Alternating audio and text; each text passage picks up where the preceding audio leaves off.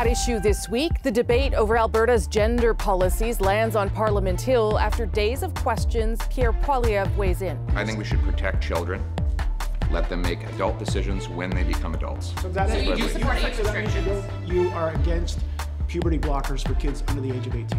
Is that yes. Clear? Okay.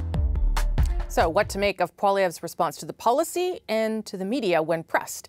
Hi there, I'm Rosemary Barton, here to break it all down on At Issue tonight. Chantal Hebert, Andrew Coyne and Althia Raj, good to see you all. So this answer from Poilievre came after multiple attempts, I should say, by journalists to get him to weigh in on the issue.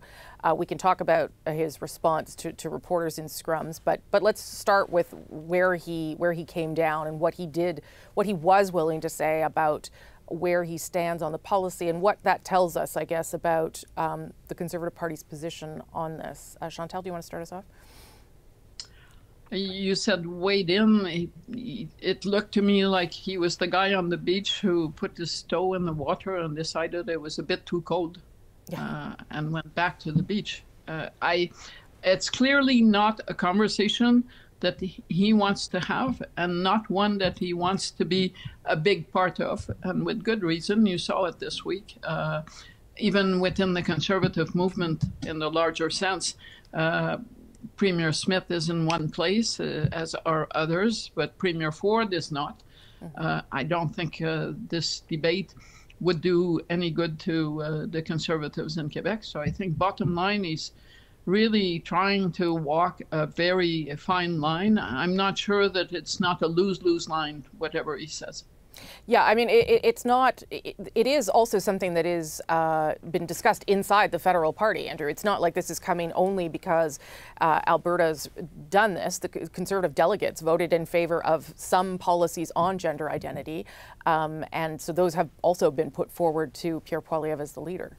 Yes, but as Chantal says, he does not want to get out in front of this. This is not the only issue in which he's kind of waited until there was some clearing of the way for him, first of all. So on immigration, for example, he was among the last really to get out and say we need to reduce the numbers or what have you. There had been a sort of a bubbling up of sentiment on that. And similarly on this, there had been commentators saying, well, actually, we look at Danielle Smith's reform, we don't think they're way over the top. Now, lots of other people do find them over the top, but the point is there was space made for him on the right of the spectrum to say something. But even then, I think if you watch that press conference or that scrum, it's basically dragged out of him. He's not eager to comment on it. No, and I should say today he was asked other questions and said, please see my comments from yesterday, because he didn't want to go down that road again. And in fairness to him, a lot of this, I mean, his mantra on a lot of these things is let the provinces decide. Yes, it is. A lot of this is provincial jurisdiction. Doesn't mean federal politicians can't comment on it, but. No, and it doesn't mean that his own party members don't have beliefs around it. And I wonder whether that causes a problem for him, Althia. The fact that there are people in the party who might want him to speak more forcefully and openly about his views on this. Well, he can't adopt a policy publicly that goes against what the membership voted. I mean, he did not leave that space open in September, and this was wildly popular. It is something that a lot of people, we talked about this last week, but who consume news from certain media outlets who have been talking about this nonstop for years now. So he does. His comments this week reflect where the party membership is. I think he was hoping that he might be able to use what happened last week, Danielle Smith's announcement, to harm the Liberals with this. He tried to kind of bait reporters outside of Ottawa, where they're only allowed to ask one question, they're not allowed to ask a follow-up question, trying to get them to talk about the restrictions. He lied, straight up lied, and said that they were misrepresenting what had happened. That wasn't actually true. But most of those reporters couldn't actually explain what Danielle Smith had announced, and he didn't give them space to do that. So he very easily swatted those questions. And then when he was given the chance in Ottawa, where reporters are engaging in follow-up questions, he was it wasn't even clear what his policy stance was. He kept repeating that he wanted to ensure that children have the right to make adult decisions when they are adults. And then he talked about irreversible changes, where puberty blockers are not irreversible. Perhaps he was thinking about hormonal therapy. So reporters were trying to get a clear answer, and it wasn't necessarily clear what Mr. Poilievre was saying. Truthfully, I'm not even sure that Mr. Poilievre fully has a fleshed out position that he himself understands, because he's a very clear talker when he wants to be, so he's choosing not to be. And what is interesting is that he's trying to take an issue on which he's playing defense, because it kind of brings up this idea of, you know, conservative secret agenda, and he's turning it into an offensive play, where if at first he's attacking reporters, now he's attacking the Prime Minister, trying to paint this as if it's Justin Trudeau who put this issue on the agenda, and it is not. Chantal wants in. I suspect that Pierre Poilievre, like us, did not expect to have to be discussing puberty blockers as part of a big political debate. And if he doesn't really know what he's talking about, nor are the journalists who are asking him the questions. And that kind of illustrates the point that why are premiers suddenly deciding that they know better than the medical profession when puberty blockers are in place. It's a vivid illustration of a place where the state has no place, including in the provinces. But that being said, I'm with Althia on the secret agenda stuff. It has hurt and never helped the Conservatives in the past federally. The notion that there is some secret agenda. So I totally expect him to continue to say, I've already said whatever I have to say about this. Yeah, but lashing out when you get these kinds of questions, I don't know if that's the best approach either, because if you want to be Prime Minister, you do have to explain your positions on issues. That is sort of fundamental to the job, I think. I don't know. Well, I have not noticed that it has hurt the Conservatives or Mr. Poilievre to be lashing out at journalists. Fair enough. And I, frankly, as a journalist, don't give a damn that he's lashing out at me. Yeah, but there's a reason why the Liberals have jumped all over this, of course, which is it will make him uncomfortable. So he's on actually solid ground in saying, yeah, Justin Trudeau didn't launch this issue, but he's certainly jumping in with both feet on it, and is trying to use it as a wedge issue. I would only note the contrast between the alacrity with which the Liberals get involved in this issue of provincial rights and looking after minorities, and the contrast with their behavior on Bill 21 in Quebec. So on some issues, it's all a matter of standing up for what's right. On some matters, it's a matter of keeping your mouth shut. 100%. Or it takes you 3 years to get there. I do have a problem with the lashing out against reporters. I will say I worry about what will happen in the next election, because Mr. Poilievre has very astutely recognized that these press conferences that used to happen behind closed doors, where we would ask all types of questions, some of them were loaded, some of them were not, but they were designed to get an answer, and then that answer would be a clip in our news report that evening, or in our story, or in a column. But now they are a show, and we figure as actors in Mr. Poilievre's show where he can use us as punching bags. And we are not truthfully trained for this. We have a certain set of ethics. We ask the leader of the official opposition's office all sorts of questions. We never, in fact, write a lot of stories about the questions that we ask. Sometimes we chase down an idea, it turns into a story. Sometimes we realize after we've collected our facts that there is no story there. But Mr. Poilievre wants to use us for his own purposes, and now that we do not control the television stations, people can get their news from wherever, it has changed in the nature of the game, and I think that we are not, we haven't, the mainstream media hasn't really adjusted to that yet. I'm not sure we need to worry too much about that. Okay, hang on. Chantal, then quickly, Andrew, I'm old enough to remember the Friday Pierre Trudeau news conferences. So the notion that a politician in office uses journalists as punching bag is not new. No, not new to me either. No. Just go see the tapes if you really want to see it. Andrew. I don't think Althea is saying it's new. It says it's being used differently. Like there was dialogue from what I wasn't there when I was. Okay, you were there. I was not. I wasn't. Hey, last word to Andrew. I think we just keep our head down and keep asking questions. Yeah. It works for him until it doesn't. At some point, he's going to look like he's evading responsibility, evading accountability. It's one thing to wind up your base. It's another thing to attract voters in a general election with that kind of tactic. Yeah, keep asking the questions. I agree. Okay, let's take a quick break. When we come back, we will talk about the Liberal-NDP supply and confidence agreement. Jagmeet Singh says he's put the Prime Minister on notice to force the Liberals to deliver on pharmacare by March 1st. How serious is this ultimatum? That's next.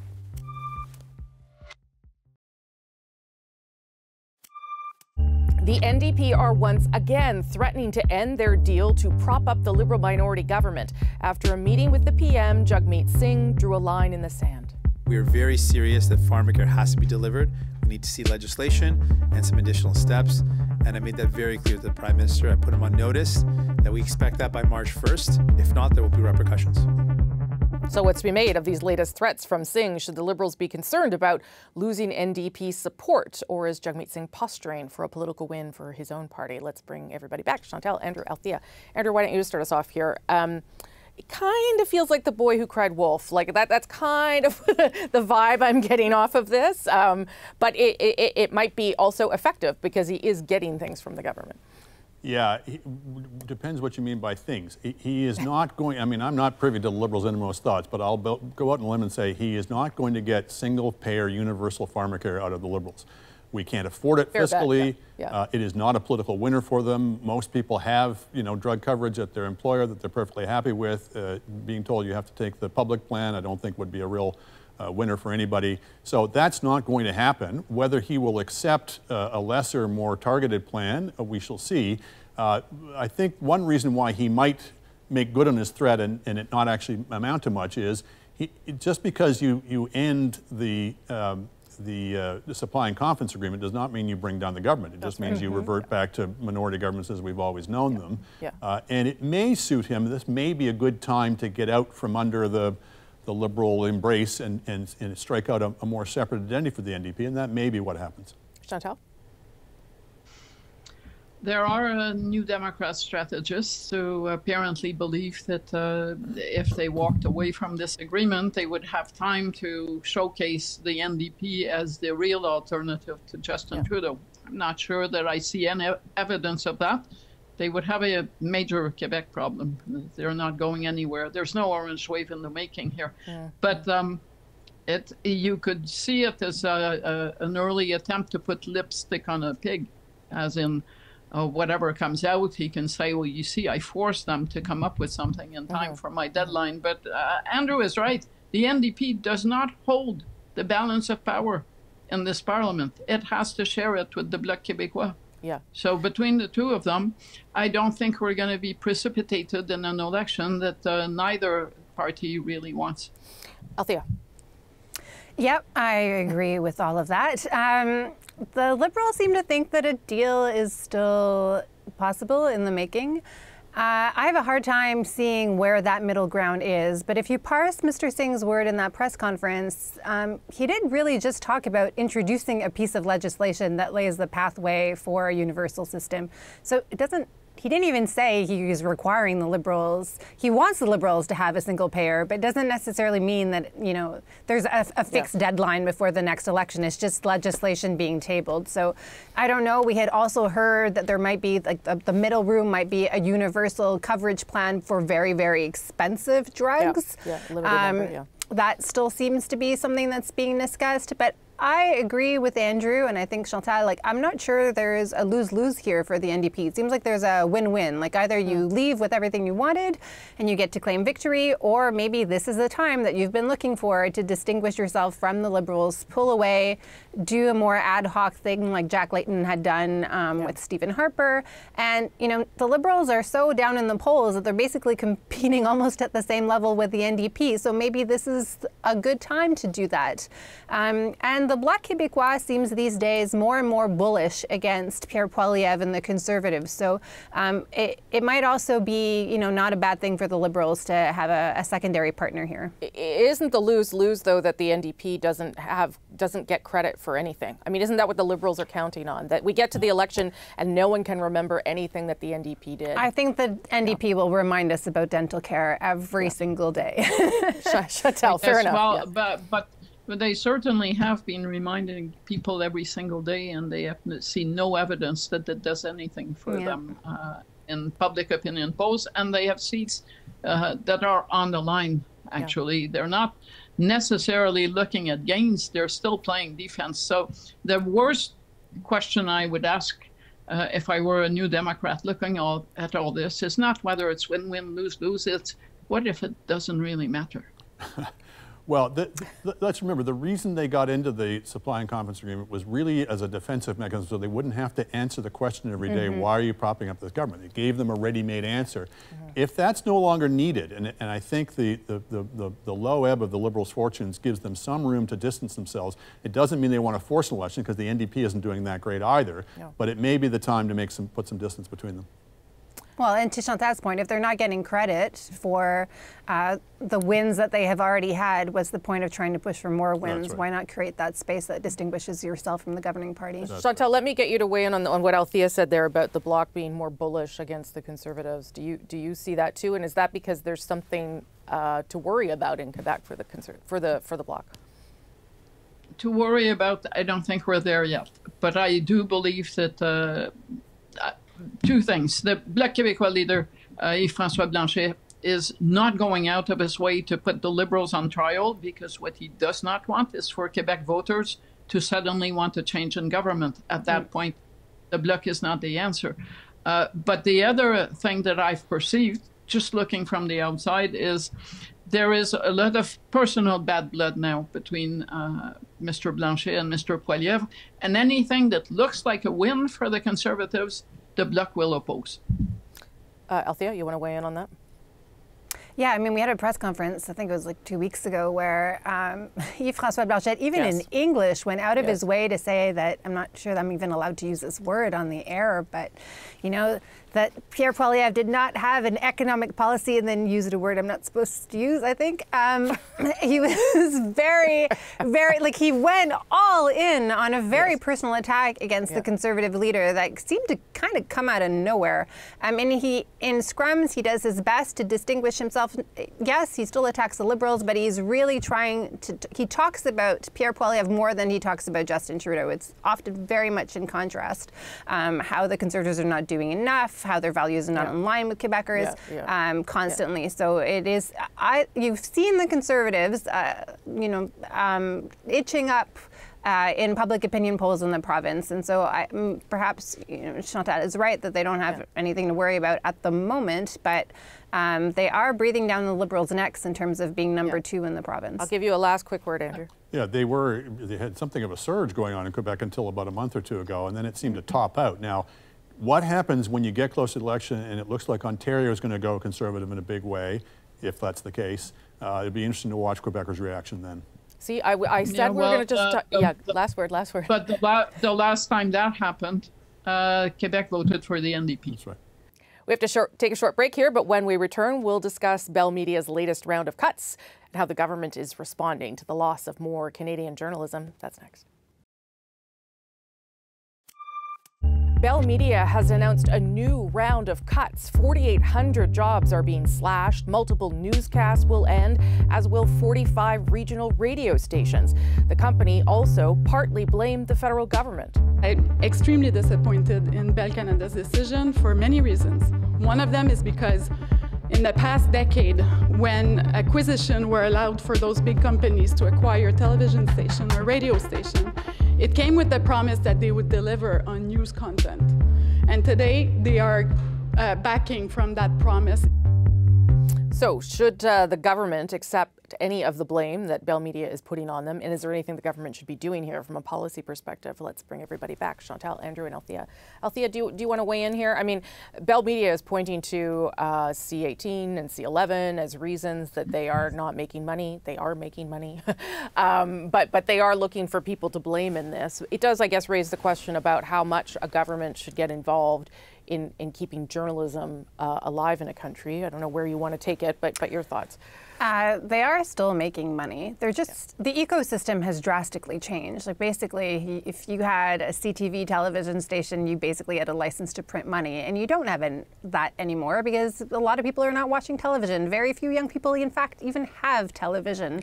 So this printing press that you had to run commercials during a CTV supper hour newscast or noonday newscast, it's not there anymore. And if you judge what's happening now to what happened in the past, then you can understand why owners would want to get rid of stock that's not giving them as many dividends as it used to.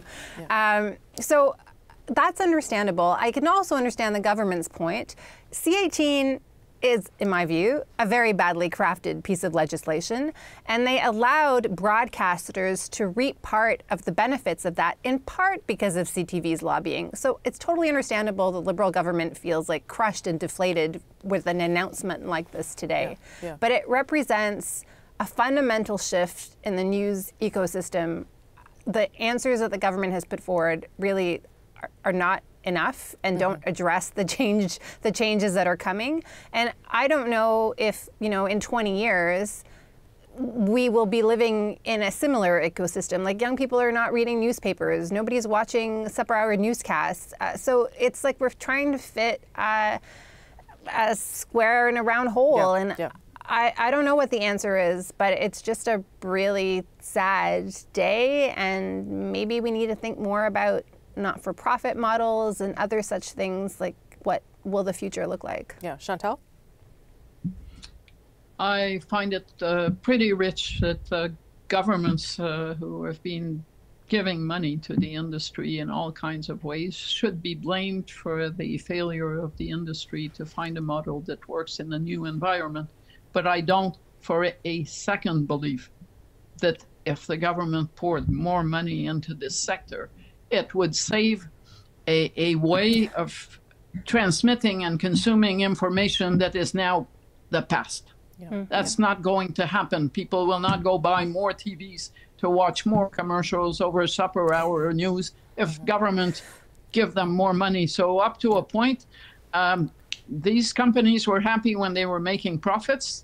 Turning to the government and saying, now you need to do more for us is kind of insulting intellectually. Last word, Andrew.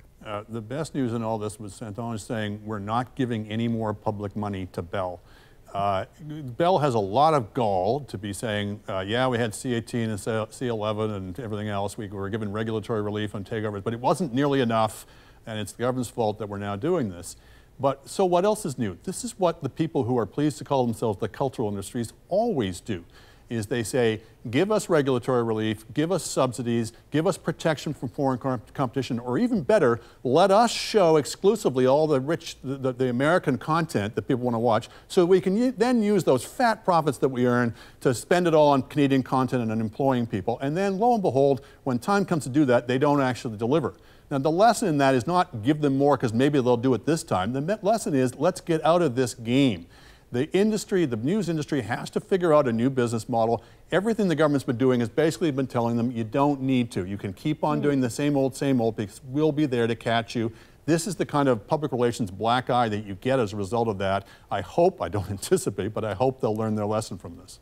I feel like there's an Andrew column coming that just is bubbling up. And it seems like a good time to remind you, before I let you all go, that you can find us on, we're a podcast. You can also find us on the internet and on CBC Gem and YouTube. So lots of ways to watch these smart people. Thank you all very much. Appreciate it.